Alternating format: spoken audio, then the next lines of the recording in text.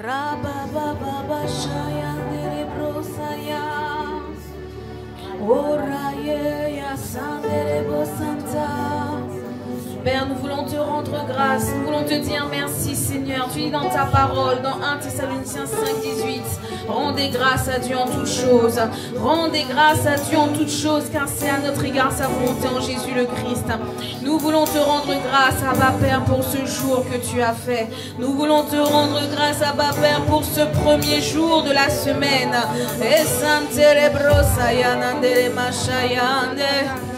Nous voulons t'adorer ce matin, nous voulons t'apprécier ce matin, nous voulons demeurer dans ta présence. Andorobo Shantakaya, Irama Mama Santaya Nandereba, Orama Shantaya Raya Mandereba, Ora Santaya Nandarema Mama.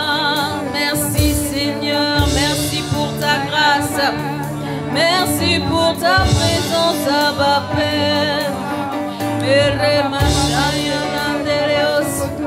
Ah, nous voulons t'élever, nous voulons t'adorer, Abba Père.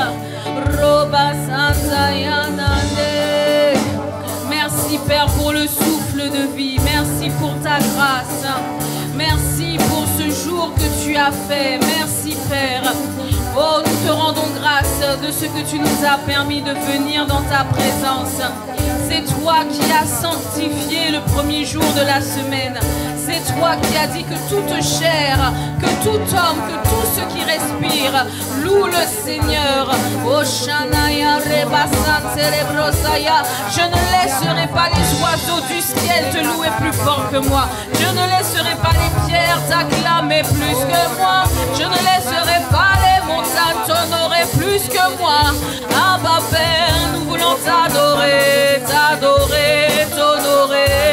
À Santaya, nous voulons t'apprécier, fixer nos regards sur toi. Oh Abba Père, tu es le bienvenu par ton esprit. Tu es bienvenu par ton esprit. Rebo Sante Kerebra de Rebo Siaya. Oh Shataya, Reba Sotaya. Rekos Gandere Brahma Mashito Rosaya. Et Santa Kaya Breteke. Saint-Esprit, tu es adoré.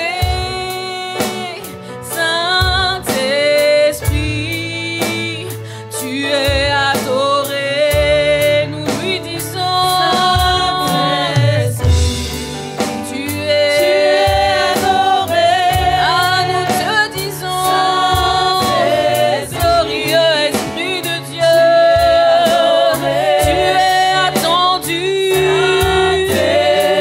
Ah oui, nous lui disons tu es attendu. Ah, nous ne pouvons rien sans toi alors. Merveilleux Esprit de Jésus, tu es attendu en sérieux. Ah, tu es attendu sur le trône de nos cœurs. Il n'y a que toi qui peux presser nos cœurs. Il n'y a que toi qui peux déverser ton amour dans nos cœurs. Alors tu es attendu. Oh Saint-Esprit, sans toi nous ne pouvons rien faire. Ah, tu es le chef Seigneur et nous sommes les servants. Notre capacité nous vient de Dieu alors. Nous t'attendons en ce lieu. Nous t'attendons sur le trône de nos cœurs. Nous t'attendons dans nos pensées maintenant. Ah, que toute pensée qui n'est pas de toi soit rendue captive à ton obéissance. Esprit de Dieu, accorde à mon frère et à ma sœur d'être focalisés sur toi. Ne nous laisse pas être regardants sur ce qu'il y a autour de nous. Ne nous laisse pas regarder simplement quelqu'un qui est au micro. Ne nous laisse pas être désarçonnés, détournés par des pensées de distraction. Esprit de Dieu, Esprit de Jésus, tu es attendu. Tu es attendu. Ah, nous ne pouvons rien faire sans toi. Tu es attendu. Ah, nous ne voulons rien commencer sans toi. Nous ne voulons pas faire un seul pas sans toi. Ah, Saint, Saint,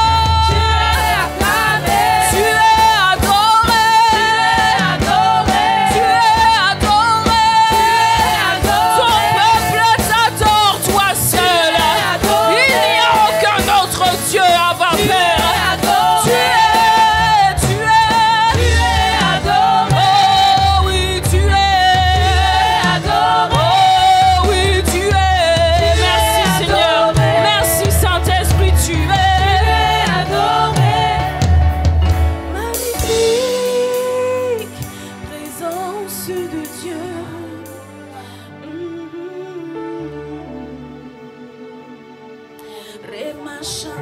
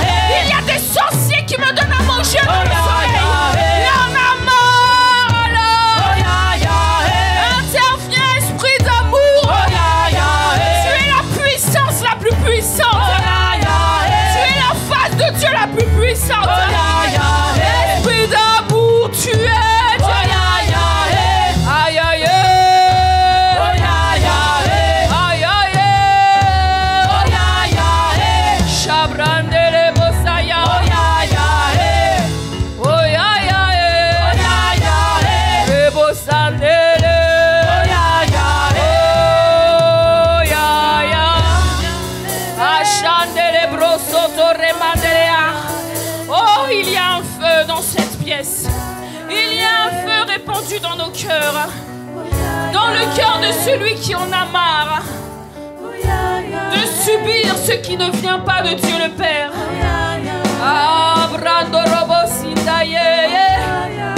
Oh Seigneur, nous te rendons grâce. Oh oui Seigneur, nous te disons merci. Ah, merci pour ta présence. Merci pour ton esprit d'amour. L'amour de Dieu est la puissance la plus puissante qui existe dans tout l'univers. Oh ya ya. Elle est la puissance capable de transformer un alcoolique en sobre. Elle est la puissance capable de nous faire sortir des addictions. Oh ya ya. Merci Seigneur.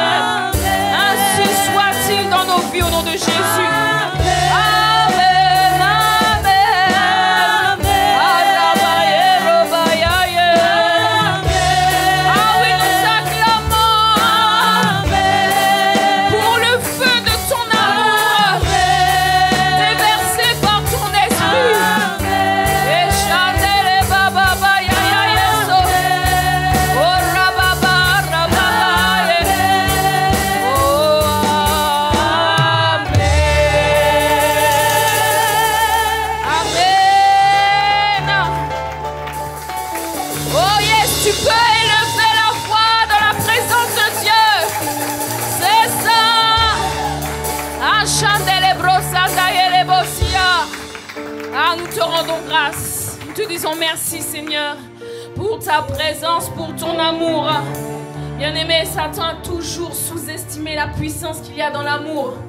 Beaucoup de personnes pensent que l'amour est une faiblesse. Mais si l'amour était une faiblesse, ça veut dire que Dieu serait faible. Dieu n'est pas faible. Dieu est l'être le plus puissant qui existe dans tout l'univers. Et la première caractéristique de Dieu, c'est l'amour. Lorsque son amour est là, il nous transforme. Et il est déversé par la magnifique, par la glorieuse, par la merveilleuse personne du Saint-Esprit. Oh, merci Saint-Esprit pour ton ministère dans nos vies. Nous te rendons grâce. Alléluia. Merci Seigneur. Amen. Amen. Amen, amen. On peut acclamer le Seigneur encore une fois. Bonjour, bonjour à toutes. Bonjour à tous. Ça fait plaisir de voir vos visages. Hein, il y a les retours de vacances, il y a les vacanciers en pas de passage. En tout cas, quoi que soit votre situation, nous sommes contents d'être là avec vous ce matin. Nous bénissons le nom de Jésus. Pour ceux qui honorent la présence de Dieu, qui valorisent les commandements de Dieu. Il a dit, Jésus a dit, si tu m'aimes, alors tu dois serrer mes commandements. Celui qui aime Dieu serre la parole de Dieu, serre ses commandements. Même quand il n'a pas envie, il le fait. Quand il a envie, il le fait. Il n'a pas envie, il le fait. Il a envie, il le fait. Il n'a pas envie, il le fait. Alléluia. Nous rendons grâce à Dieu de ce que vous avez honoré Dieu le Père, que vous avez honoré sa parole, en obéissant à ses commandements, en venant dans sa présence, au milieu de tous les frères et de tous les sœurs. Que Dieu vous bénisse. Amen. Donc on va passer à la parole de Dieu. La semaine dernière, on a commencé à avoir une première partie de capture, le cœur de Dieu. Je ne sais pas qui était là, non plutôt qui n'était pas là la semaine dernière. C'est pas un problème, hein, c'est juste pour que je sache, pour faire le résumé. Je ne suis pas en train de chercher des problèmes. Ok, qui est-ce qui a écouté le message qui n'était pas là? Bon, oui, il y a une personne, ok. On va faire un récap quand même, donc rapidement, parce qu'on est sur la série Capture le cœur de Dieu. Capture le cœur de Dieu. Parce qu'il y a une catégorie d'êtres humains qui sont capables de capturer le cœur du Dieu créateur de toutes choses. Dis à ton voisin, est-ce que tu as capturé le cœur de Dieu?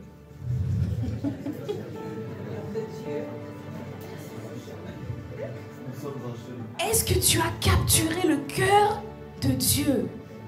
Aïe, aïe, aïe. On est sur le chemin. Hein? C'est bien, il y a des gens qui sont honnêtes. Amen. Amen.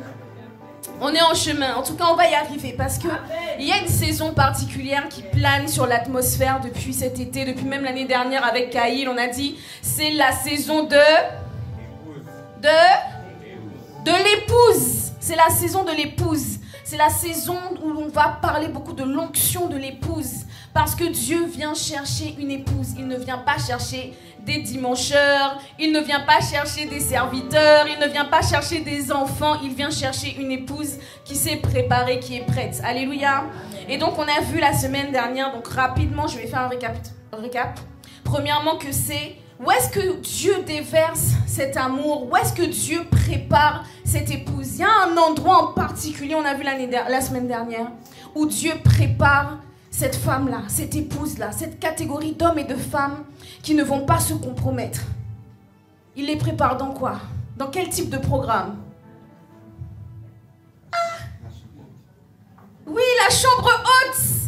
On a vu que la saison particulière dans laquelle on est, qui est l'onction de l'épouse, ce n'est pas une onction de puissance dont on est en train de parler. La particularité de l'onction de l'épouse, c'est qu'elle opère dans la dimension de l'amour de Dieu, de l'amour agapé. Et on a vu que l'amour agapé, c'est l'amour et la première caractéristique de Dieu. Amen.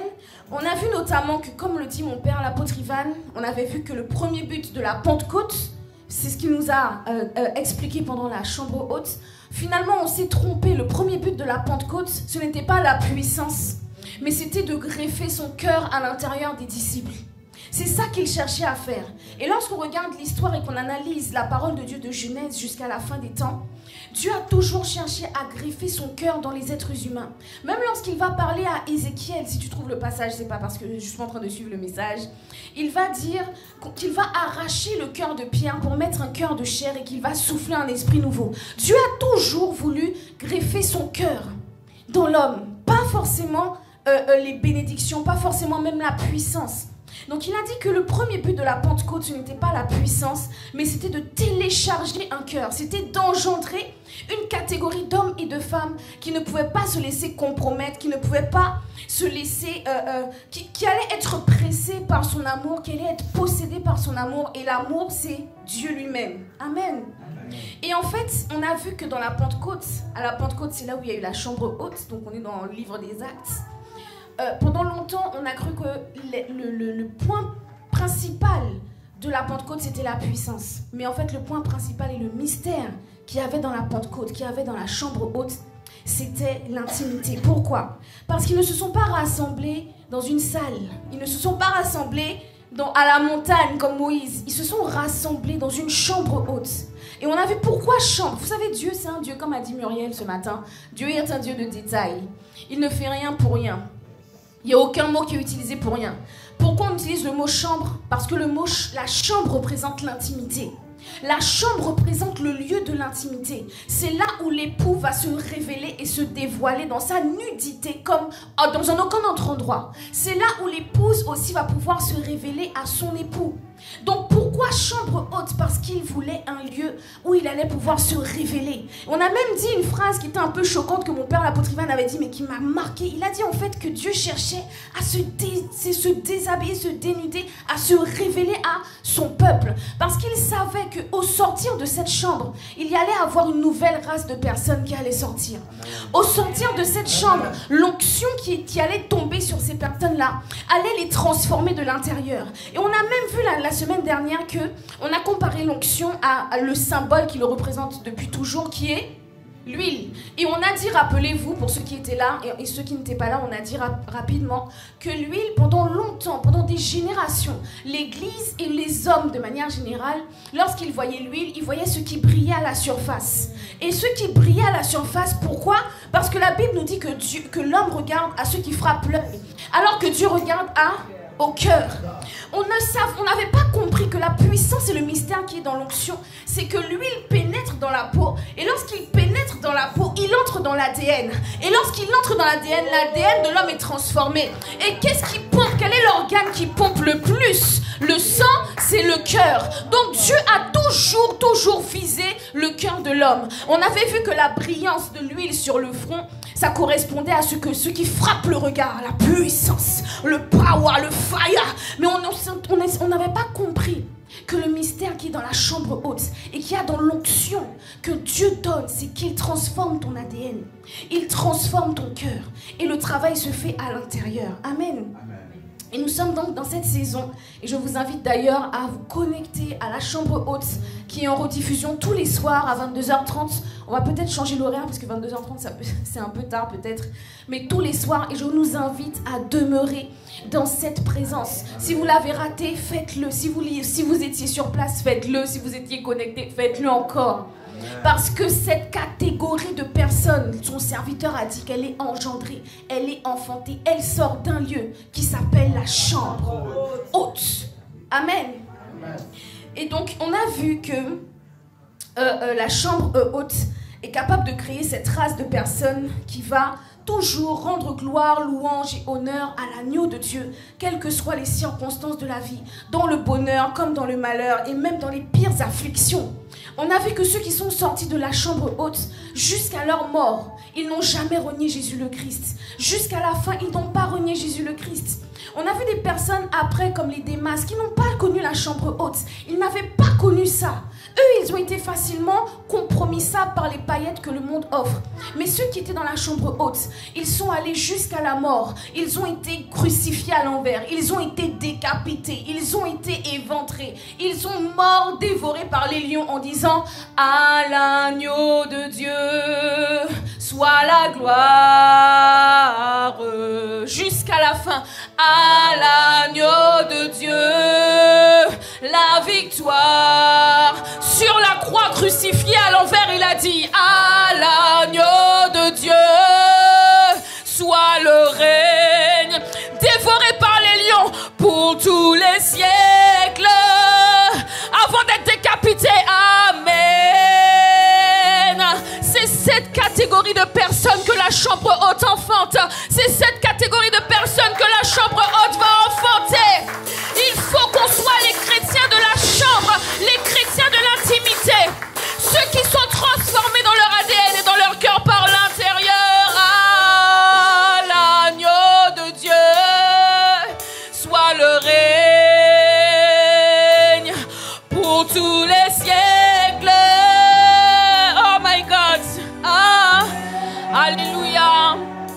Ils ont expérimenté ce que Paul décrit dans 2 Corinthiens 5,14, car l'amour de Christ nous presse. Il nous presse parce que nous estimons que si un seul est mort pour tous, donc tous sont morts, et qu'il est mort pour tous, afin que ceux qui vivent ne vivent plus pour eux-mêmes, ne vivent plus pour le mariage, ils ne vivent plus pour avoir les bénédictions, ils ne vivent plus pour être guéris, ils vivent pour le plaisir de Dieu, ils vivent pour faire le plaisir du roi, ils vivent pour celui qui est mort pour eux et qui est ressuscité pour eux. Alléluia. C'est là toute la différence. Et c'était le mystère qu'on n'avait pas compris dans la Pentecôte. Oui, il y a la puissance, mais ce qu'on a vu la semaine dernière, c'est que ce n'est pas la puissance qui te fait ressembler à Dieu. C'est l'amour qui nous fait ressembler à Dieu. Si la puissance nous faisait ressembler à Dieu, est-ce que Satan n'est pas puissant? Est-ce que les démons n'ont pas une puissance? On est d'accord pour dire qu'ils ne ressemblent en rien à Dieu. Donc ce n'est pas la puissance qui te rend conforme à Christ. C'est l'amour de Dieu. L'amour a souvent été vu comme une faiblesse. Satan considère que l'amour est une vulnérabilité parce qu'il y a beaucoup d'humilité dans l'amour. Dans l'amour, il y a beaucoup d'humilité. Les personnes qui aiment Dieu, elles sont simples. Elles ne sont pas compliquées. Elles ne sont pas extravagantes. Elles sont simples. Elles sont humbles. Elles transpirent l'amour de Dieu.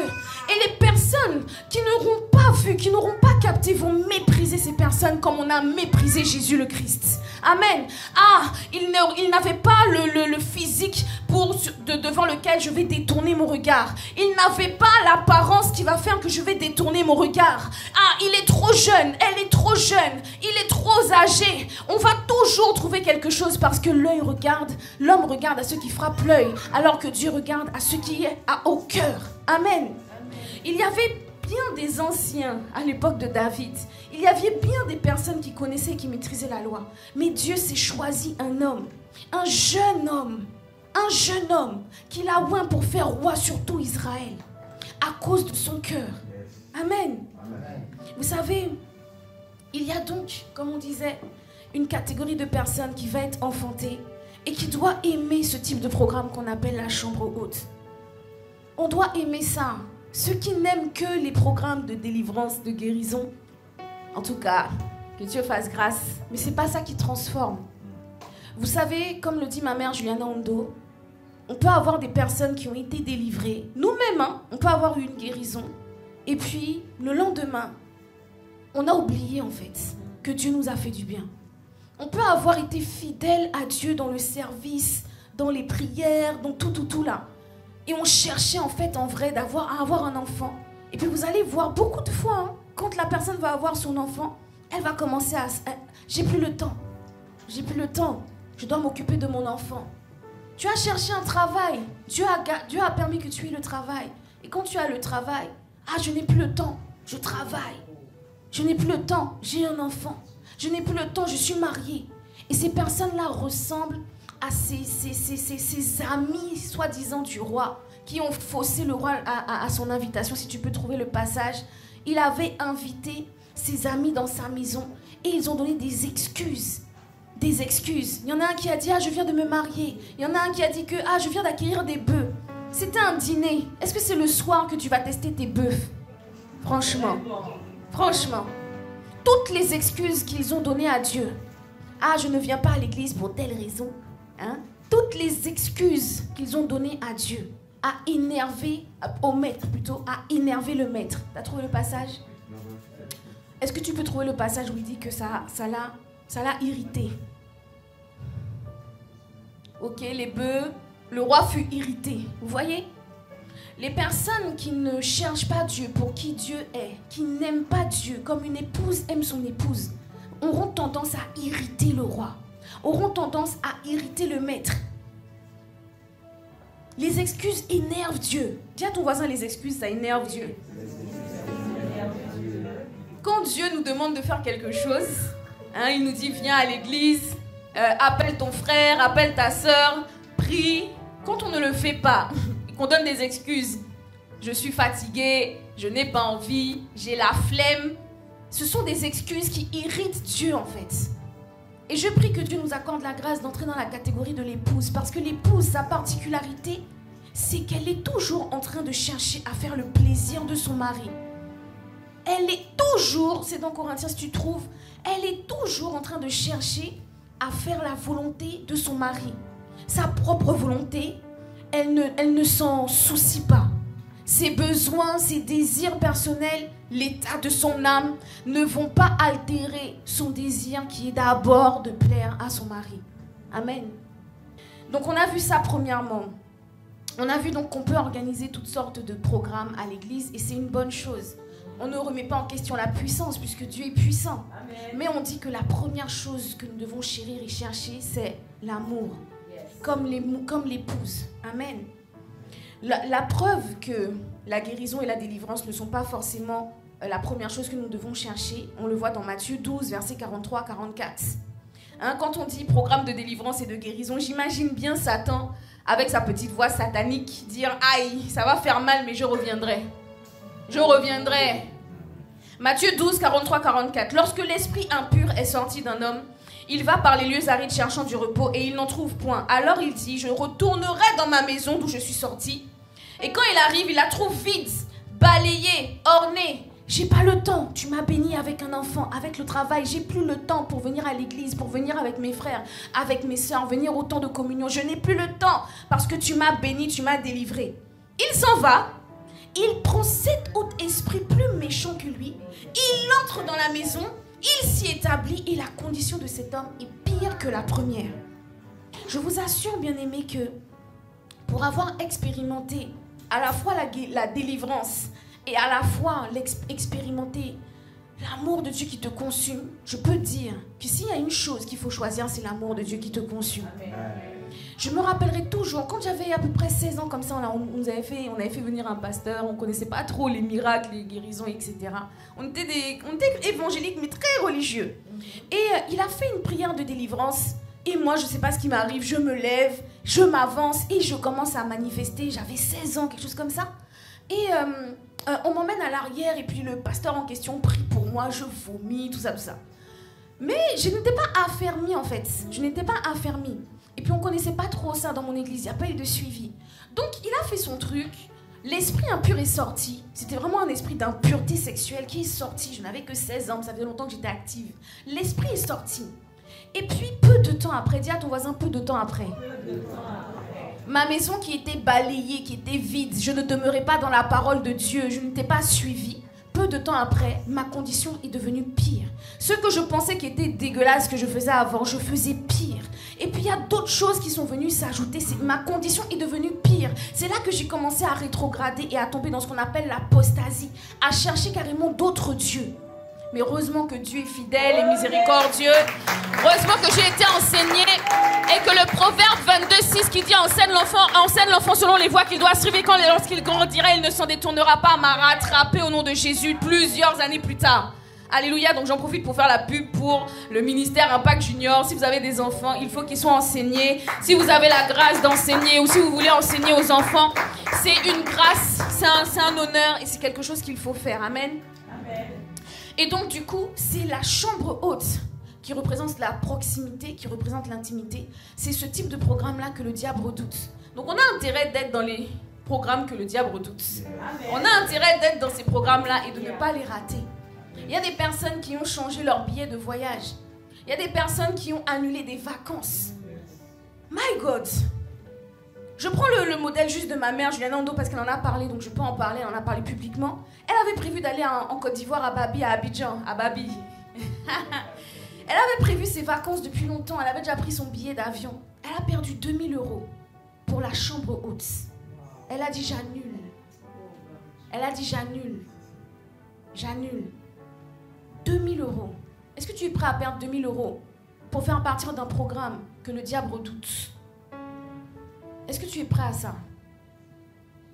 Et la grâce que Dieu lui a fait, c'est qu'après, par la suite, elle a récupéré tout et même plus encore.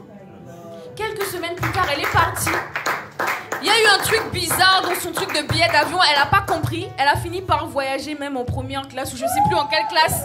Elle a récupéré tout ce qu'elle avait perdu. Parce qu'en fait, elle n'avait pas perdu. Il y en a qui ont compris en fait que quand tu choisis là où Dieu veut être, tu n'es pas en train de perdre. Lorsque tu es en train de semer là où Dieu veut que tu sèmes, tu n'es pas en train de perdre. Tu es en train d'investir. Tu es en train d'ajouter à ta vie. Tu es en train de glorifier Dieu, d'honorer Dieu et Dieu va t'honorer. Dieu va t'honorer. Amen.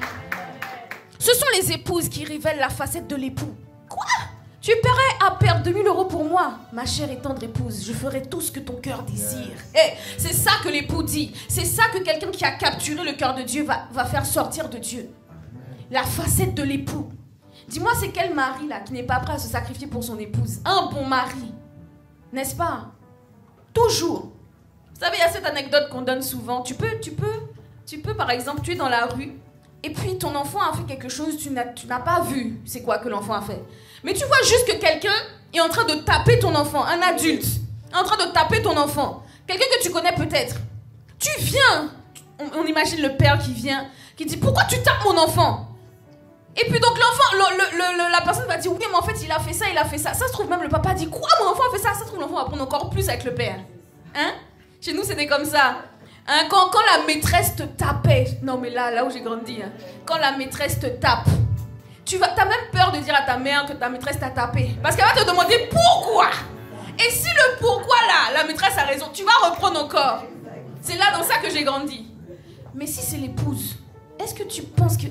Imagine, au coin de la rue, quelqu'un en train de taper ton épouse. Tu vas débarquer, tu vas même pas poser la question pourquoi. Qu'est-ce qu'elle a fait? Tu vas taper la personne. La catégorie des personnes qui entrent dans le niveau de l'épouse vont faire intervenir ce qu'on appelle l'époux. L'époux protège son épouse. Quel est tort, quelle est raison? L'époux protège son épouse. Bon, un bon mari, hein, je précise. Alléluia. Un homme selon le cœur de Dieu, un képhalé comme à ICC Fontainebleau. Amen. Amen. Deuxièmement, donc on a vu que Dieu a toujours voulu greffer son cœur dans l'homme depuis l'Ancien Testament jusqu'à aujourd'hui. Amen. Donc je vais passer dessus rapidement. on a vu donc que le message était le message de l'amour et non pas de la puissance. Il y a une autre anecdote aussi qui me vient à l'esprit pour illustrer ce propos. Vous connaissez pasteur Serge Azébazé? Oui. Ok, tout le monde ne le connaît pas. C'est un des pasteurs à Impact Centre Chrétien.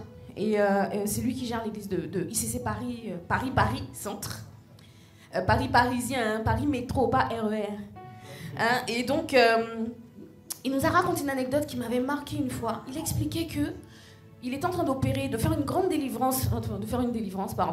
Et il y a une femme qui a commencé à manifester, mais à outrance. Elle a comme homme ou femme, c'est pas le point, ok.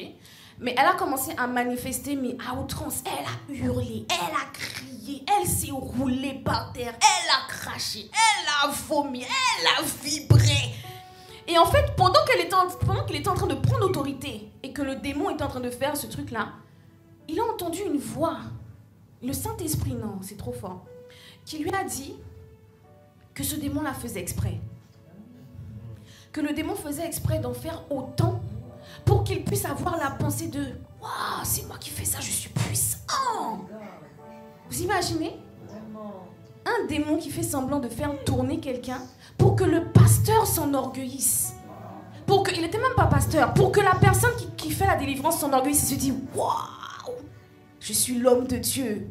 Fire. Faut pas me chercher ici. Hein? Et heureusement qu'il a eu le discernement pour entendre la voix de l'esprit qui lui dit le démon fait exprès pour que tu crois que ça là c'est toi. Il a dit c'est bon, on arrête. Elle a continué à rouler, elle a continué à faire ces trucs bizarres. Mais c'est pour vous dire que la puissance est dangereuse. Parce que si tu n'as pas d'abord expérimenté l'amour de Dieu, tu vas croire que tu es quelqu'un. Tu vas croire que tu es quelqu'un. Il dit, je ne suis rien. Je ne suis rien. Je ne peux rien sans toi. Donc vous voyez, c'est important de chercher l'amour premièrement. Parce que cet amour-là va faire que vous ne vous détournerez pas de Dieu. Même si vous expérimentez et que vous opérez dans la plus grande dimension de puissance qui existe. Tous les hommes de Dieu d'ailleurs qui ont opéré dans la puissance nous ont alertés. Les Béni pasteur Mamadou Karompiri, ils nous ont tous alertés. Eux tous, ils ont cherché la puissance. Moi-même, j'avoue, quand je me suis convertie, moi, c'était la puissance qui m'intéressait. C'était tellement impressionnant. On cherchait l'onction. On regardait les vidéos 7 hours prayer tongue, rebo shakataka, ratatatata. On regardait que des trucs comme ça. Hein? On imposait les mains aux gens dans la rue, on délivrait les gens dans la rue. Miséricorde, avec moi, miséricorde. Dieu nous a gardés, Dieu nous a préservés, je vous assure. Donc ceux qui veulent aimer Dieu de tout leur cœur, ce sont ceux-là qui vont finir par saisir et capturer le cœur de Dieu. Et on a vu plusieurs personnages la semaine dernière. On ne va pas revenir dessus, on va avancer. Mais on avait vu rapidement le personnage de Esther, l'orpheline. Vous vous rappelez? On avait dit que le roi a aimé Esther plus que toutes les autres et qu'il a mis sur sa tête la couronne royale. Pourquoi? Parce qu'en fait, il y a eu un test qui est passé. Le roi a fait passer un test aux femmes. Et Esther est la seule à avoir passé ce test avec brio. Le test consistait à pouvoir se présenter devant le roi en ayant choisi tout ce qu'on voulait. Donc les meilleures parures, les meilleurs bijoux, les plus belles chaussures, le plus beau make-up. Et Esther est la seule de toutes qui va d'abord demander conseil à Hégaï. Et on a vu que Hégaï, qui est l'eunuque du roi, était le symbole ou l'image du Saint-Esprit. Donc elle va renoncer à elle, à ce qu'elle aime, pour choisir ce qui va plaire au roi selon le Saint-Esprit. Et on a vu que c'est comme ça qu'elle a passé le test avec brio, le test de la luxure, de la richesse. Ça ne vous rappelle pas lorsque Jésus était dans le désert? Jésus aussi, on lui a présenté tous les royaumes du monde. Des fois, lorsque je lis ce passage, vous savez, moi, je peux me faire facilement des films dans ma tête. Qui a connu amour, gloire et beauté? Quand on présente à Jésus les royaumes de la terre, j'imagine la musique, j'imagine Satan qui joue play. Amour, gloire et beauté.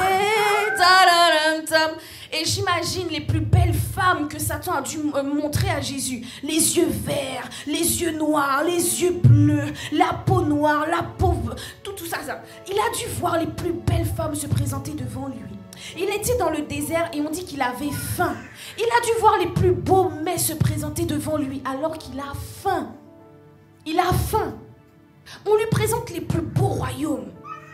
Mais il choisit de ne pas faire sa volonté, de ne pas choisir ce que son âme est peut-être en train d'admirer. Parce qu'un homme qui voit une belle femme, son âme forcément trouve ça beau. Son âme trouve ça forcément beau, mais il a choisi de renoncer. Esther, c'est pareil. On lui a présenté tous les bijoux, on lui a présenté les Louboutins, on lui a présenté les bijoux Chanel, on lui a présenté Swarovski, Hermès. Elle a dit non, Saint-Esprit, qu'est-ce que le roi aime? C'est ça que je vais choisir. Et c'est comme ça qu'elle a passé avec brio ce test. Parce qu'en fait, le roi cherchait quelqu'un qui n'allait pas lui faire comme Vashti.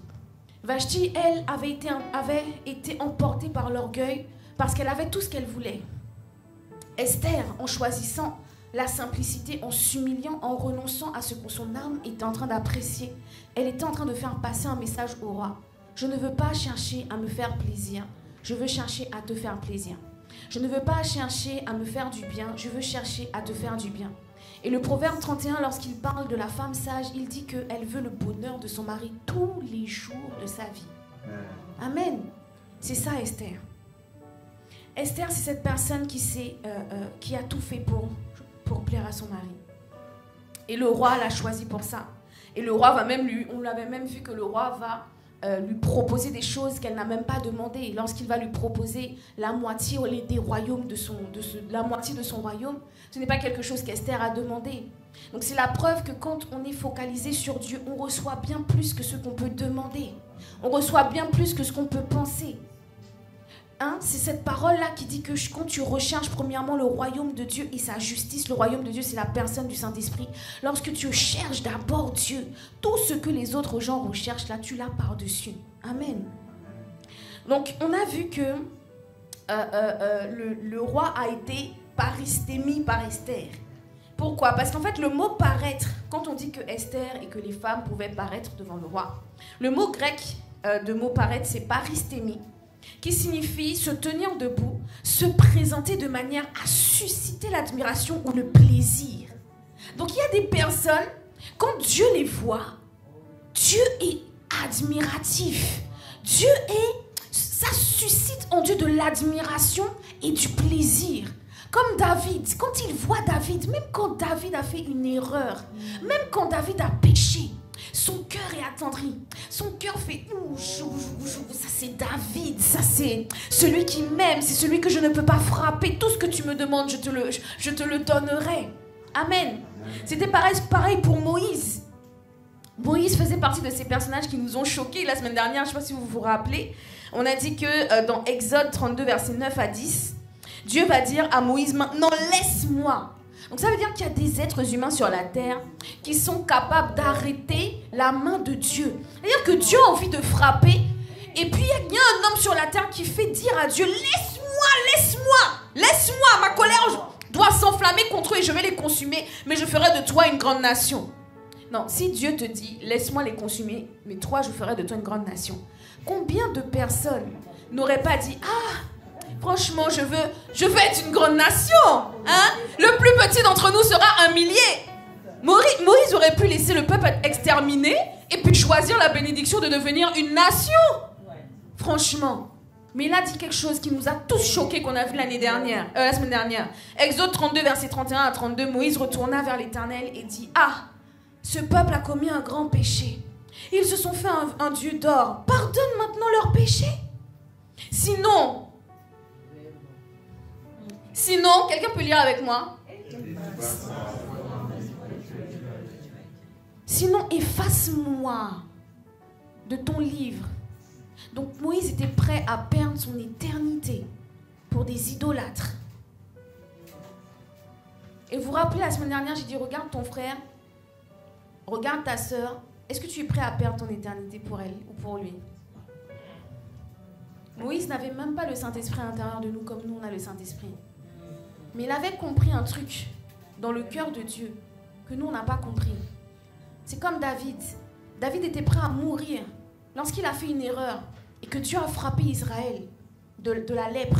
Il a dit, c'est moi qui ai commis l'erreur. Laisse-moi mourir à leur place. Dieu a dit, non, pas toi. Et il a enlevé sa main. Il a enlevé l'ange qui était en train de frapper le peuple d'Israël. Il y a une catégorie d'hommes et de femmes comme les Abraham qui ont compris que Dieu ne veut pas juger, mais que Dieu veut sauver. que même quand Dieu est dans sa colère, le cœur, le fond de la pensée de Dieu, c'est de sauver. Est-ce que tu es prêt à perdre ton éternité, même pour un frère en Christ, pour qui le sang de Jésus a coulé? Là, Moïse, pour des idolâtres dont le sang de Jésus n'a même pas coulé, était prêt à ce que Dieu efface son nom du livre de vie. Non, il y a des hommes qui ont compris le cœur de Dieu. Et je prie que Dieu nous accorde la grâce de comprendre ce cœur-là. Exode 33, verset 17, l'Éternel va dire à Moïse, « Je ferai ce que tu me demandes, car tu as trouvé grâce à mes yeux, et je te connais par ton nom. » Premièrement, il dit « Je te connais ». La semaine dernière, je n'avais pas remarqué ça, donc je vais appuyer dessus. Il dit « Je te connais », premièrement. Deuxièmement, il dit « Par ton nom ». On a vu que connaître, là où on connaît quelqu'un, quand la Bible utilise ce mot, ça vient de l'hébreu yada. Ça veut dire que c'est connaître dans l'intimité. À chaque fois qu'on va dire que Adam connut Ève, que un tel connut un tel, c'était connaître dans le sens intime. C'était connaître dans le sens relation la plus intime qui existe. Ok? Donc quand il dit « je te connais », il est en train de dire que toi tu fais partie des gens, tu es un intime de ma présence en fait.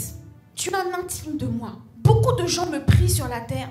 Beaucoup de gens me demandent des choses. Mais toi, tu es intime. Tu es mon intime. Ensuite, il dit, je te connais par ton nom.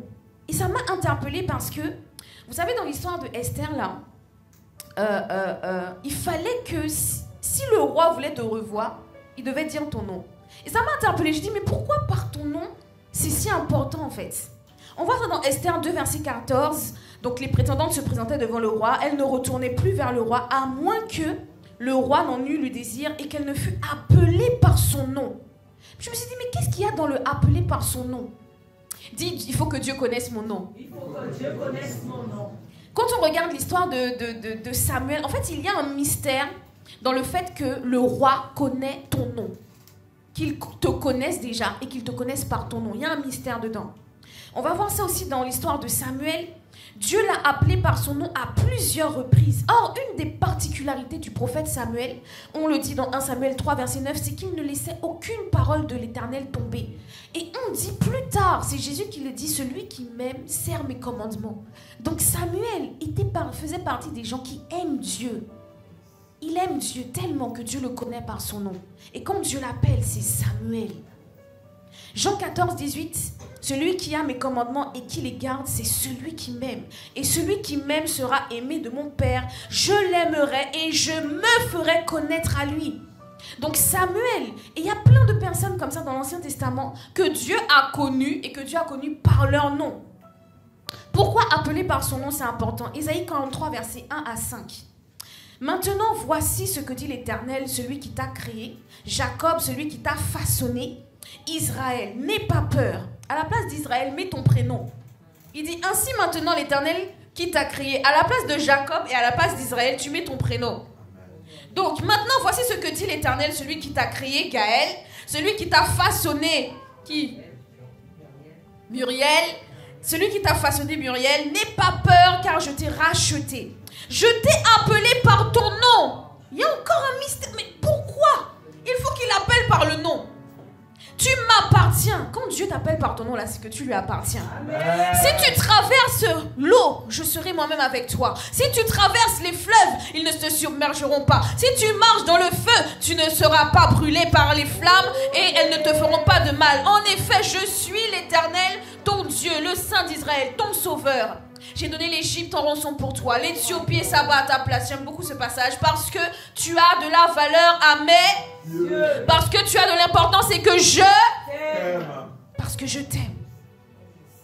Ceux que Dieu connaît par leur nom. Dis, il faut que tu connaisses mon nom.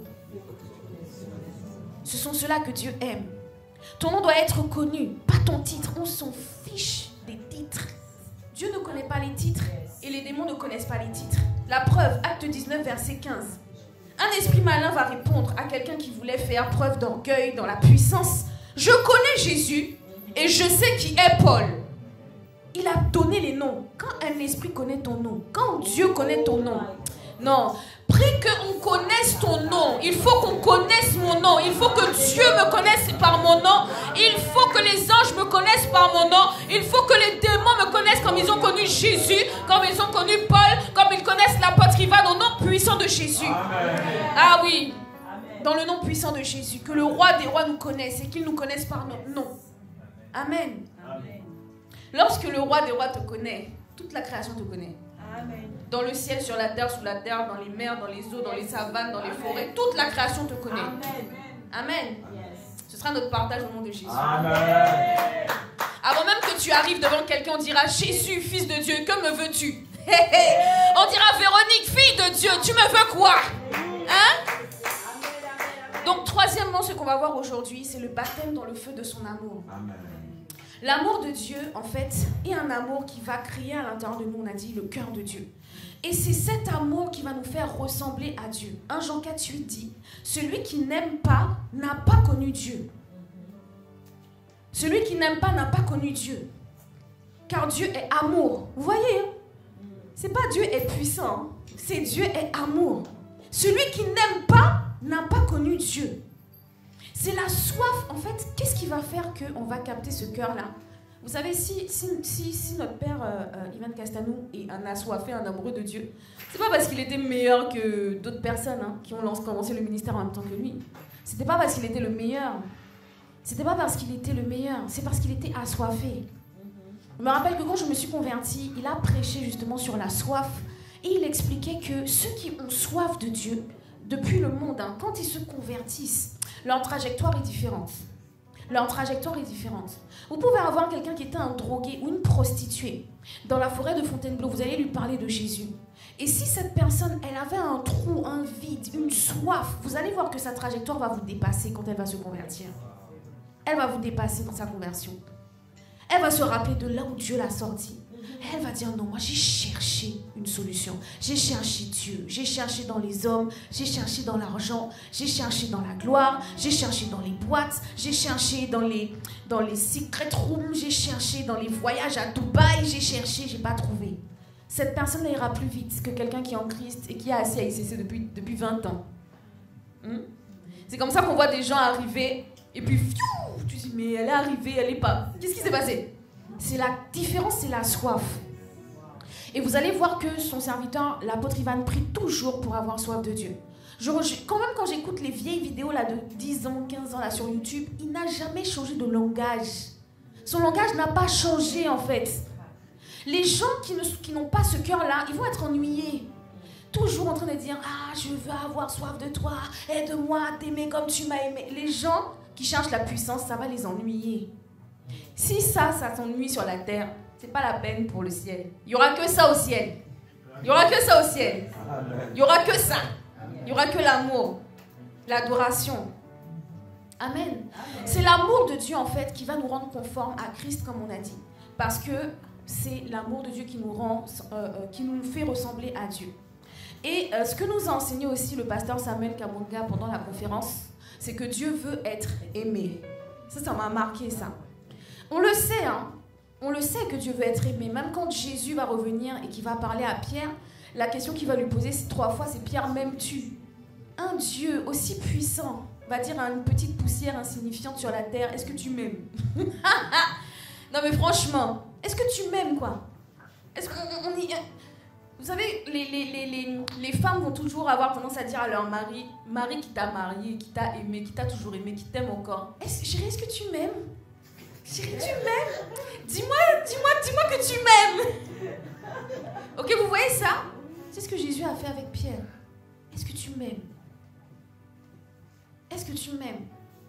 Dieu veut être aimé. Et lorsqu'on n'a pas cet amour, soyons honnêtes et sincères et purs. Demandons simplement à Dieu d'avoir cette soif pour l'aimer. Prions pour avoir soif de l'aimer. Prions pour que Dieu nous baptise dans le feu de son amour. Prions pour qu'on soit désintéressé des choses que Dieu peut donner. Prions pour que Dieu puisse nous faire nous focaliser sur ce que lui, il aime. Parce que lorsqu'on est baptisé dans le feu de l'amour de Dieu, cet amour va nous purifier. Cet amour-là ne tolère pas la cohabitation. Cet amour ne supportera pas la cohabitation entre le mensonge et la vérité, entre la colère et la douceur. Il ne va pas supporter. C'est pas que tu es parfait. C'est pas que tu vas jamais te mettre en colère. C'est pas que jamais tu vas jamais mentir. Mais c'est juste qu'au moment où tu vas le faire, tu vas sentir un truc te brûler à l'intérieur de toi. Tu vas sentir que ça te brûle et tu dis, Seigneur, ce truc-là, je n'en veux pas. Je ne supporte pas ce truc-là. Enlève-moi ça. Je ne veux plus de ça dans ma vie. Les personnes qui aiment Dieu ne tolèrent pas les choses que Dieu n'a pas plantées en elles. Moi, je me rappelle que quand j'ai connu ma mère, Juliana Ondo, ça fait longtemps maintenant, quand je l'ai connue, j'avais un défi particulier. Et aujourd'hui, peut-être que si elle vient, il faut demander que Pasteur Juliana vienne ici. Elle va venir, c'est ma mère. Amen. Mommy, tu vas venir ici. Et en fait, quand je l'ai connue, vous allez voir que des fois, surtout quand on est dans des groupes de disciples-là, ou dans des groupes de disciples-là, souvent elle va présenter donc du coup ces personnes, donc les disciples qui la suivent. Et franchement, quand elle me présente, aujourd'hui, j'aime ça. Mais avant, j'aimais pas. Elle va dire, Gaëlle, c'était la plus rebelle, c'était la plus orgueilleuse, c'était la plus dure. Elle est toujours en train de me décrire comme ça. Aujourd'hui, je suis fière dans le Seigneur Jésus de cette description-là, en fait. Je me rappelle d'où Dieu m'a sortie. Quand je vous dis que franchement j'étais rebelle et orgueilleuse, Pasteur Juliana, vraiment, il fallait vraiment beaucoup d'amour. Encore une fois, c'est l'amour qui permet de supporter ce genre de choses. Mais moi-même, à l'intérieur de moi, je vous assure, à chaque fois que je posais un acte ou une parole déplacée, tout en moi était désolé en fait. Tout en moi était désolé. Je rentrais chez moi, je pleurais, je disais, mais pourquoi je ne peux pas être serviable comme les autres? Ils le font naturellement. Je me rappelle, j'avais des sœurs dans le même groupe qui servaient Pasteur Juliana, mais avec simplicité naturelle, quoi. C'est dans leur éducation. Et je me suis dit, Dieu, mais pourquoi pour moi c'est compliqué de faire ça? Pourquoi je ne peux pas faire ça sans avoir 10 000 pensées dans ma tête? Sans des pensées qui insultent carrément. Des trucs, des voix perverses, orgueilleuses qui s'élevaient à l'intérieur de moi. Je disais, pourquoi? Moi, je veux être comme Joseph. Je disais, Seigneur, je veux être comme Joseph. Joseph, on dit que Potiphar n'avait qu'à mettre la nourriture dans sa bouche. Tout le reste était géré. Dans sa vie personnelle, dans sa vie professionnelle, dans le ministère, dans tout. Dans les business. J'ai dit, mais Seigneur, pourquoi je ne peux pas être comme ça? Je veux être comme ça. J'en ai marre de répondre. J'en ai marre de me rebeller. J'en ai marre de m'imposer. J'en ai marre d'être têtu. J'en ai marre de parler comme ça. Ça m'énerve. Je ne supporte pas ça. Enlève-moi ça. Donc ce n'est pas que la personne est parfaite. Mais il y a quelque chose à l'intérieur d'elle qui brûle pour que ça dégage de sa vie en fait. Et vous allez connecter avec des personnes qui vous voient ça. Parce que je vous assure que si vous ne voyez pas ça, vous ne pouvez pas supporter la personne. Vous ne pouvez pas la supporter. Il a fallu un amour vraiment patient à Pasteur Juliana Ondo. Vraiment, est-ce qu'on peut acclamer le Seigneur pour la mère? Franchement, quand Paul parle des douleurs de l'enfantement, je suis le résultat d'une douleur de l'enfantement sur plusieurs années. Franchement, et il y a encore du travail. Hein. Donc vous allez voir que ceux-là qui cherchent Dieu, ils ne sont pas forcément parfaits. Ils peuvent tomber dans la colère, ils peuvent faire un excès, ils peuvent mentir. Ça peut se faire de manière comme instinctive. Mais quand ils vont le faire, au moment où ils le font, et après, ils sont tellement désolés. Ils disent, pitié, enlève-moi ça en fait. Enlève-moi ça. Ils ne sont pas à l'aise avec ça. Ceux qui sont à l'aise avec ça, les accommoder. Les accommoder, comme dit mon père dans le livre Orange, sortir des prisons. Les accommoder. Ils vont écouter la pensée qui dit, comment tu peux me parler comme ça? Et puis ils vont accepter cette pensée-là. Au lieu de dire, mais je ne veux pas penser comme ça. Je veux pouvoir être soumis aux autorités. Je veux pouvoir qu'on me parle sans avoir à être piqué par l'orgueil. Père, enlève-moi ça. Mais il y en a, ils ne vont pas supporter. Ils vont dire, mais tu te prends pour qui? Pourquoi tu me parles comme ça? Je ne te pardonne pas. Quoi? Non, toi, je peux pas t'encadrer. Ta tête ne me dit rien. C'est quelle pensée, ça? Une fois, j'étais en train de parler avec un frère, on ne s'entendait pas sur un sujet. Et puis il m'a dit, tu sais quoi, à partir de maintenant, je fais mon chemin, tu fais ton chemin. J'ai dit, mais on est en Christ. Comment tu peux parler comme ça, en fait? Comment tu peux parler comme ça? Est-ce que vous pensez que Dieu le Père est OK quand il y a un enfant qui dit, moi je vais là, toi tu vas là? Alors que Dieu veut que tout le monde soit réuni dans sa maison. Vous voyez? Des fois, il y a des situations, des niveaux d'offense qui vont nous séparer, qui vont créer des divisions, qui vont nous faire nous conforter et accepter des pensées qui ne sont pas de Dieu. Parce que l'amour de Dieu ne te brûle pas à l'intérieur de toi. Il ne brûle pas à l'intérieur de toi. Donc agapé, c'est la seule chose qui va être capable de nous purifier véritablement de la dépression, de l'amertume, de la colère, de toutes ces choses. Donc il faut qu'on soit toujours en train de chercher cet amour-là. On va voir deux autres personnages rapidement parce que le temps est avancé. On va voir Abraham. Et vous allez voir comme la semaine dernière, à chaque fois je mets un personnage et je mets un truc bizarre associé à son nom. Pour que tu comprennes que Dieu ne cherche pas des gens qui sont parfaits. Amen. Donc Abraham, papa Abraham, le père de la foi, le menteur. Papa Abraham avait un problème avec le mensonge. Pas seulement le mensonge, hein. Même quand Dieu va lui demander de quitter son père et sa patrie, il va partir quand même avec Lot, son neveu. Parce qu'il aimait Lot, il aimait son neveu. Alors que Dieu lui avait dit de ne pas partir, alors que Dieu lui avait dit de ne pas faire comme ça. Donc il désobéit à Dieu, il prend quelqu'un d'autre. Sauf que Lot, le nom de la signification du mot Lot, c'est voile. Et Dieu va, dans son amour pour Abraham, qui est le seul homme, je crois, à cette époque-là, qui devait aimer et adorer le seul Dieu. Tous les autres étaient des païens idolâtres. Dieu s'est trouvé un homme à qui il a parlé. Et cet homme-là a entendu sa voix, il a écouté, c'est Abraham, le père de la foi. Mais il va partir avec Lot, qui signifie voile. Mais dans son amour, Dieu va ôter le voile de sa vie. C'est pour ça que quand tu t'es converti, ou quand tu donnes ta vie à Jésus, ou quand tu marches avec Jésus même au bout de 10 ans, de 15 ans, à chaque fois qu'un Lot va venir dans ta vie, Dieu va finir par ôter le voile. Dieu va finir par ôter cette personne de ta vie. Parce que sans cette personne, tu ne peux pas entendre Dieu. Tu ne peux pas arriver à destination. Je prie que Dieu enlève les lots de ta vie au nom de Jésus. Les lots, ce sont des personnes que tu aimes, ce sont des personnes que tu chéris. Ce ne sont pas des personnes qui sont mauvaises, ce ne sont pas des personnes qui sont méchantes. Ce ne sont pas forcément des personnes qui te veulent du mal. Ça peut être quelqu'un de ta famille, de ton sang. Mais si cette personne est un voile, il faut que ce voile soit ôté pour que tu arrives à destination. Je prie que Dieu nous accorde la grâce de laisser les lots partir quand ils doivent partir. Dieu a créé une situation, une circonstance qui a fait que les serviteurs de Lot ont commencé à être contre les serviteurs d'Abraham. Et Abraham et Lot se sont dit, il vaut mieux qu'on se sépare. Mais c'est Dieu qui était le maître des temps et des circonstances qui a permis cette situation-là. Vous voyez ? Mais là où on va voir l'histoire, là où c'est intéressant, Abraham le menteur. Quelqu'un dise avec moi, Abraham le menteur.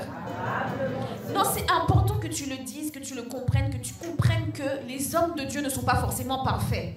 Les hommes de Dieu peuvent commettre des péchés, peuvent commettre des fautes. Ils ne sont pas parfaits, nous ne sommes pas parfaits. Personne n'est parfait. Abraham était un menteur. C'est la vérité, ça c'est la parole de Dieu. Je ne l'ai pas inventé. Et pourtant Dieu l'a tant aimé. Il avait une relation avec Dieu qui était tellement particulière que Dieu pouvait corriger les erreurs d'Abraham. On va voir ça dans Genèse 20, verset 3.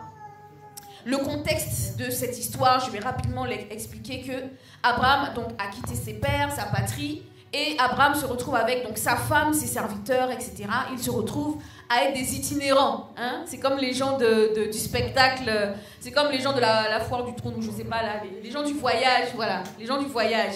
Ils n'ont pas de terre fixe, ils partent, ils vont, ils vont, là, ci, là. Et donc, il va passer par un territoire qu'on appelle Guérar. Et sur ce territoire Guérar, il y a un roi qui s'appelle Abimelech. Est-ce que, avant même d'arriver à Guérar, Abraham va dire à Sarah, bon, ta beauté est tellement particulière que quand on va arriver là-bas, dis que tu es ma sœur. Parce qu'il n'avait pas de guerrier avec lui. Il ne voulait pas pouvoir devoir se battre à cause de la beauté de sa femme.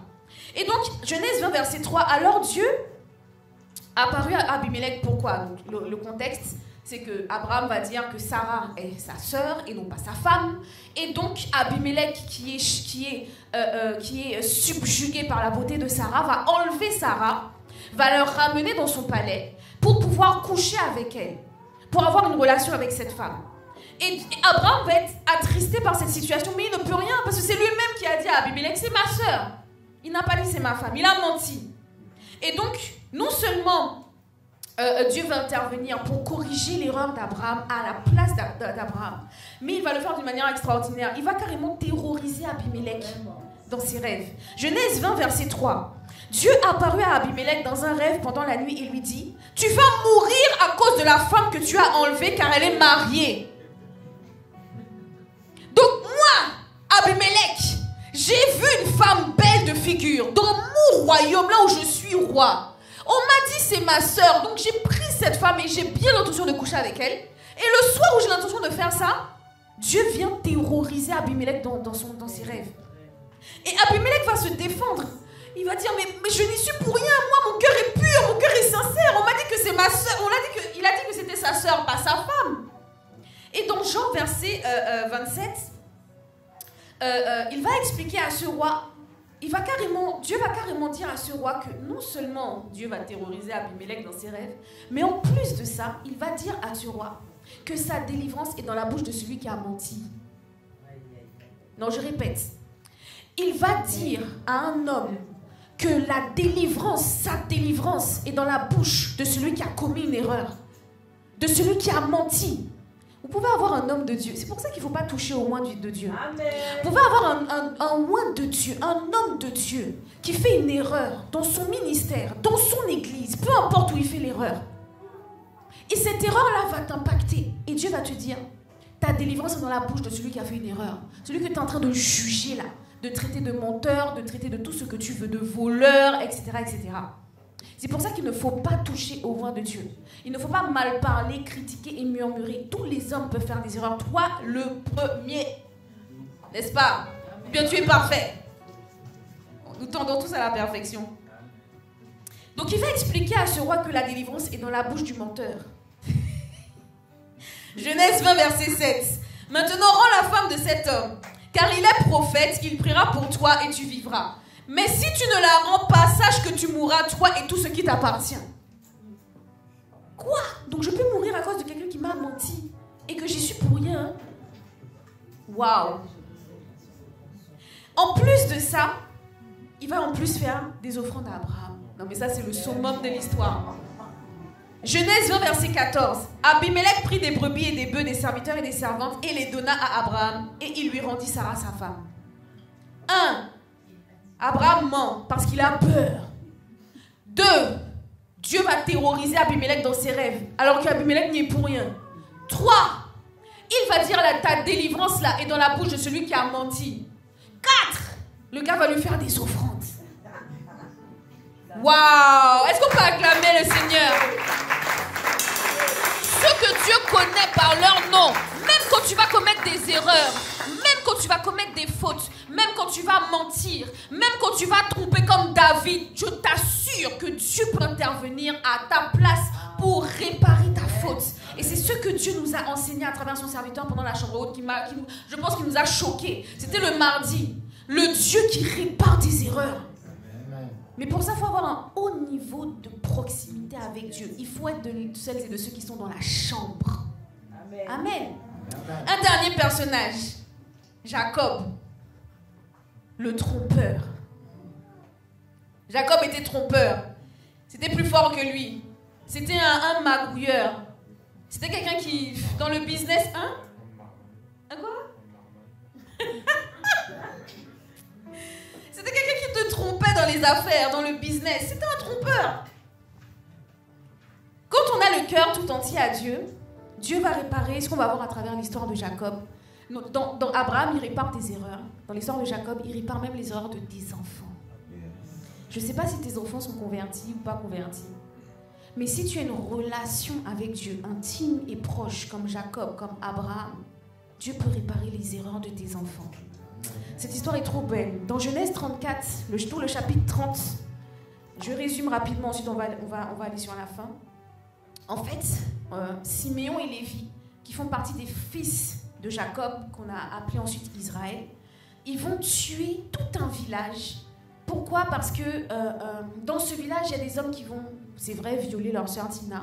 Et pour se venger, leur colère, c'est pour ça que quand Jacob ensuite va parler de ses fils, il va dire la colère de Simon et de Lévi, franchement, il ne faut pas croiser. Donc Siméon et Lévi vont massacrer tout le village à cause de ça. Ce qui va mettre dans l'embarras leur père, parce que, encore une fois, on parle de gens qui sont des itinérants. Ce ne sont pas des gens qui sont dans un endroit fixe avec une grande armée et qui peuvent se défendre facilement. La seule arme de défense qu'ils ont, c'est Dieu. Donc il vaut mieux que Dieu soit de ton côté à ce moment-là. Vraiment. Et donc ils vont mettre leur père dans l'embarras parce que tous les villages aux alentours du village qui a été massacré vont dire on va les tuer, on va les massacrer.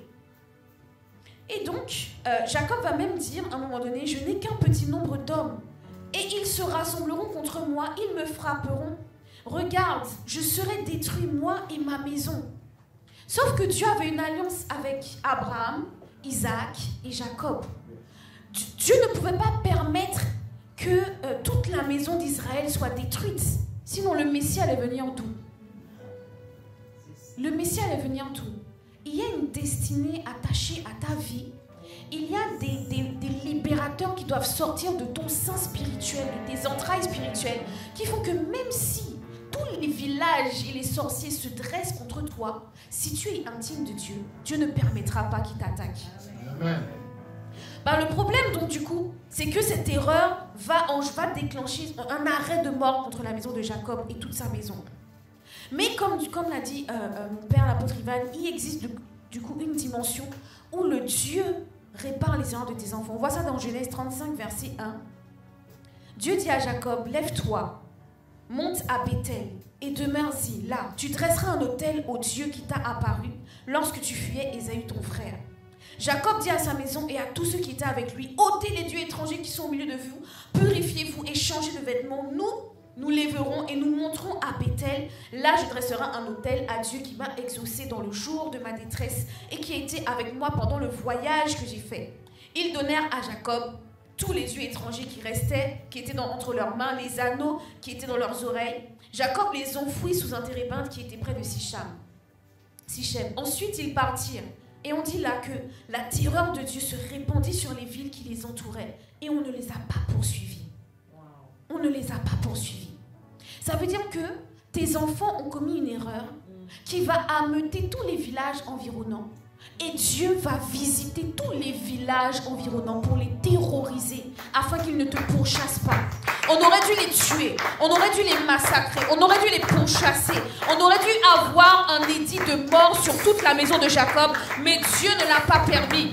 Et son serviteur a prophétisé. Il a dit, et je déclare au nom de Jésus, par celui qui m'a envoyé sur ce territoire, je vois un nuage se lever contre tous les villages aux alentours qui se liguent contre toi qui aime Dieu, contre toi qui l'as rencontré dans la chambre. Tu vas arriver à la destination que Dieu a prévue pour toi. Dans le nom puissant de Jésus, tu survivras. Les libérateurs, les messies, les Moïse qui doivent sortir de ces entrailles spirituelles sortiront parce que le nuage va venir se répandre sur le corps des ennemis, sur les villages ennemis. Là où tes enfants ont fait des erreurs, non seulement ils seront sauvés, mais tu seras sauvé et ils connaîtront le Dieu de leur Père dans le nom puissant de Jésus le Christ. Oh, Amen. Amen, Amen. Donc vraiment, je nous invite, et on va atterrir là-dessus, à faire partie de ceux qui sont dans la chambre haute. À ceux qui rencontrent leur Dieu dans la chambre haute. À être de ceux qui vont être engendrés dans la chambre haute. C'est là que il va nous donner son cœur. Ézéchiel 36, 26. Je vous donnerai un cœur nouveau et je mettrai en vous un esprit nouveau. J'ôterai de votre corps le cœur de pierre et je vous donnerai un cœur de chair. Quand il y a des pierres dans ton cœur, ça forme ce qu'on appelle une forteresse et c'est ça qui nous emprisonne dans des mauvaises habitudes. Nous serons délivrés de ça. Ceux qui sont dans les chambres hautes, que ce soit la chambre haute à l'église, dans les programmes de l'église, ou si tu fais ta propre chambre haute dans ta maison, tu vas rencontrer ce Dieu-là qui se révèle à toi, qui se révèle dans sa gloire. Sa beauté sera tellement sans pareil qu'il n'y aura rien de tout ce qu'il peut te donner qui pourra supplanter sa beauté et sa gloire dans ta vie. Amen. On va atterrir sur ça. Que Dieu nous accorde la grâce d'être baptisés dans le feu de son amour. Alléluia. Amen. Amen. Donc si on peut, on va se lever, on va prier pour que Dieu nous accorde cette grâce-là de faire partie des chrétiens de la chambre haute. Rema Santa Kaya, Roshamandere Bosiande. Rabababa Shanta Kaya Rebaba. Rosoto Remandere Bositaya Rebababa. Rokoto Remama Santa. O Santele Brosoto. Le cœur qui est téléchargé dans les chambres hautes, c'est le cœur qui va nous faire entendre la voix de Dieu. Son serviteur a dit que lorsque tu es dans la chambre haute, ton ADN change, ton cœur change. Et lorsque ton cœur change, tu peux faire partie de celles et de ceux qui entendent Dieu. Il a dit que à ceux qui seront dans les chambres hautes, que ce soit ta chambre haute personnelle dans ton temps de retraite personnelle, que ce soit dans les chambres hautes organisées par l'Église, quelle que soit la chambre haute, dans le nom puissant de Jésus, il a dit et déclaré, et je déclare au nom de Jésus, Ramasata, que tu vas entrer dans la grâce de ceux qui entendent Dieu, dans la grâce de ceux qui sont prophétiquement prophétisables, dans la grâce de ceux qui opèrent dans le prophétique.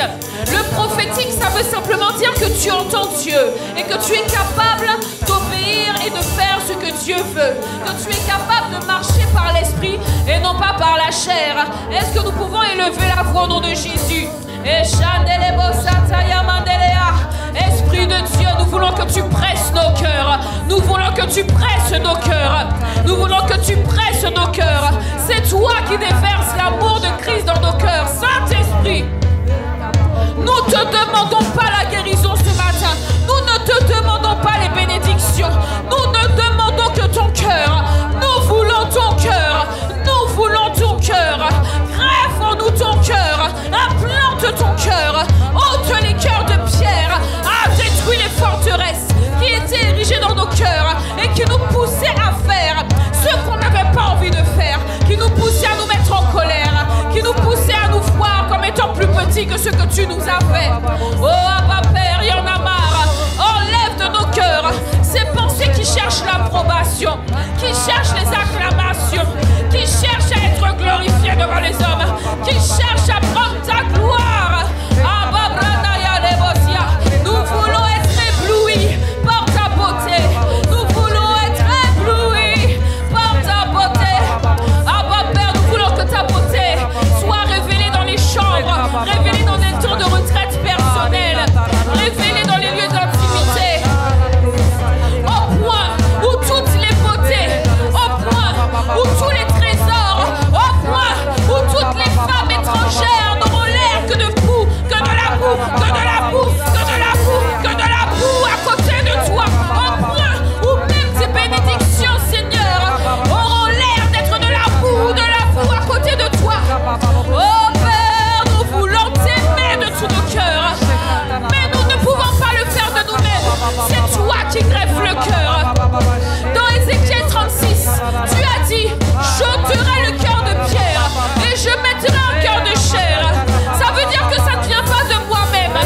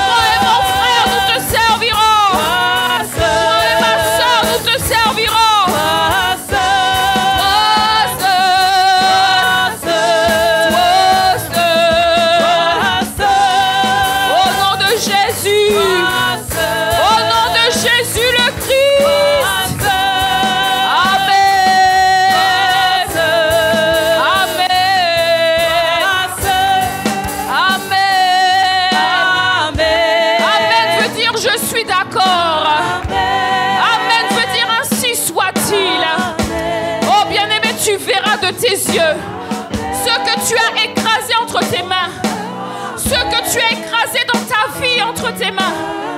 Ce que tu as écrasé, les erreurs de tes enfants que tu écrases entre tes mains. De tes yeux, tu verras. De tes yeux, tu verras la délivrance de l'Éternel, ton Dieu, de ton Père qui est dans les cieux. Parce que tu n'es plus né de la volonté de la chair, ni du sang. Tu n'es plus né de la volonté de l'homme, ni de la chair, ni du sang. Tu es né de Dieu le Père. Oh, Chandelebosikayabale. Oh, Rabadelebosia. Tu es la porte de ta maison. Tu es la porte de ta maison. Dieu répare les erreurs même de ton mari ou de ta femme inconvertie. Dieu répare à cause de toi.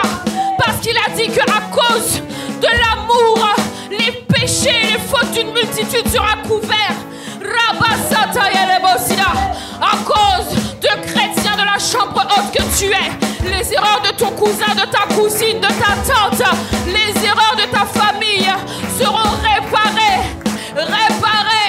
Ils connaîtront le Dieu que tu sers, parce qu'ils reconnaîtront que la manière dont ils sont sortis de l'épreuve, ce n'est pas naturel, ce n'est pas normal. Amen.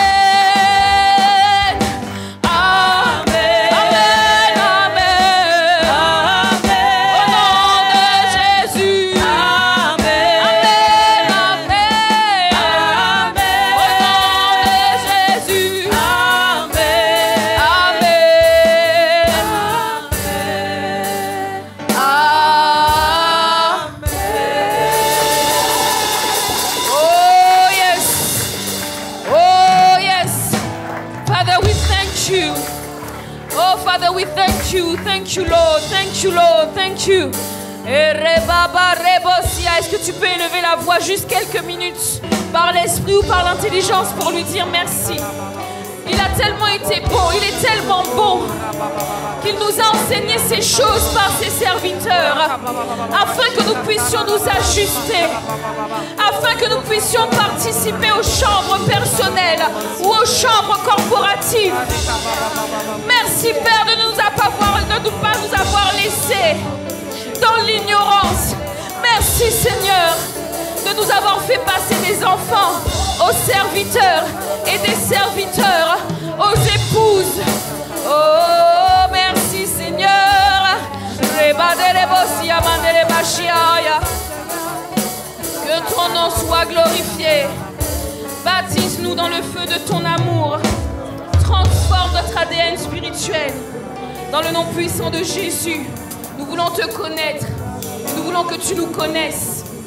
Parce que tu as dit que dans la fin des temps, tu dis que dans la fin des temps, au jour du jugement, tous ceux qui auront accepté le Seigneur Jésus va témoigner en leur faveur devant le Père.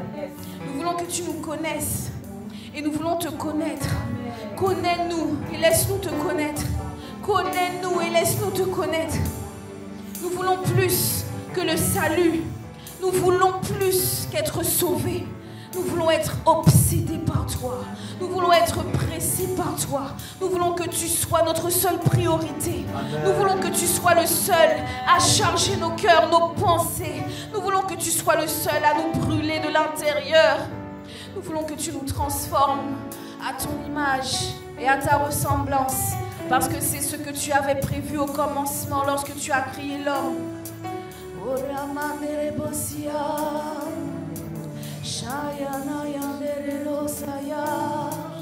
Ah, que toute la gloire te revienne à toi seul, à toi qui emmène ton église dans la saison de l'épouse, à toi qui nous prépare au retour de Jésus le Christ, comme aucune autre génération d'église auparavant. Que ton nom soit glorifié, que ton nom soit loué au siècle des siècles. Amen, amen. Amen. Merci Seigneur. Amen. Oh, Shandere Brosaya. Quand j'entends ce genre de notes là, j'ai envie de continuer. Aïe, aïe, aïe. En tout cas, ça c'est l'onction de Castanou. Ça c'est les musiques à la Castanou. Ça te donne juste envie de rester dans l'adoration, dans la louange. Amen. En tout cas, donc, comme on doit atterrir, on va atterrir. Amen. C'était vraiment un honneur et un privilège d'être avec vous ce matin. Vous savez, à chaque fois qu'on est là, vraiment, on rend grâce à Dieu. Hein. Aujourd'hui, Dieu nous a fait la grâce avec mon mari d'avoir une voiture. Donc, on bénit Dieu. Parce que depuis Noisy-le-Grand, je vous assure que c'est pas évident. En plus, ce matin, il y a eu 2 tronçons de route coupés. Enfin bref, c'était compliqué, mais on est là. Alléluia. Et vous aussi, vous êtes là. Amen. Donc merci d'avoir honoré Dieu par votre présence sur le territoire. Dieu va donner le territoire à ceux qui l'honorent dans le territoire. Oh my God, la pensée vient de venir. Dieu va donner le territoire à ceux qui l'honorent sur le territoire. Hey, hey, c'est comme ça que tu vois des gens venir de Noisy-le-Grand, mais c'est Fontainebleau qui vient et qui est conquis. Alléluia. Oh, je ne sais pas c'est quoi ta ville, mais Dieu te donne ce territoire si tu l'honores. Si tu le sers et l'honores sur ton territoire. Amen. Ça n'a rien à voir avec le message, mais c'est sorti.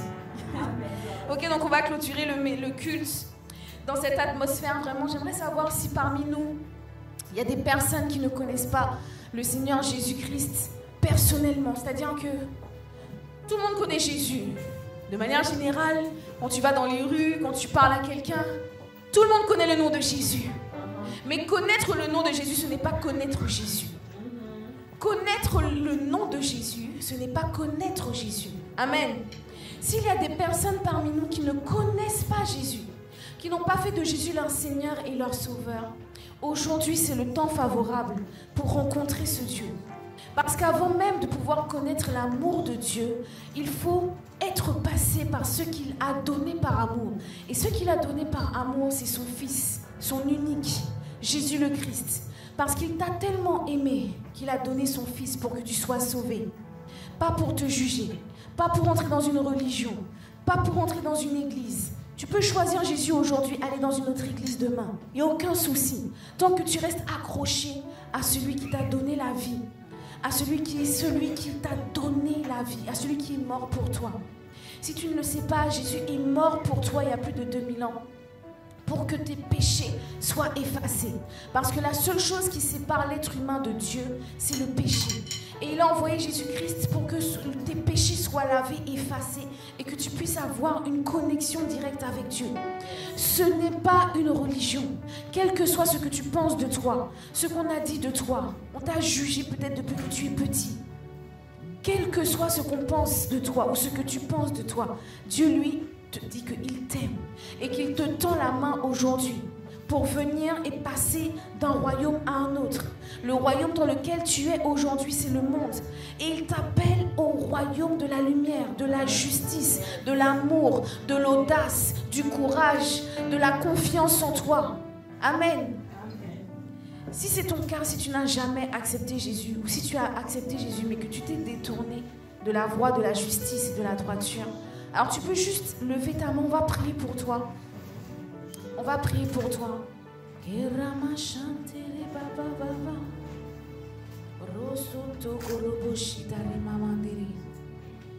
Si aujourd'hui tu veux faire de Jésus ton Seigneur et ton Sauveur, c'est le matin, ce matin c'est le moment, c'est le jour.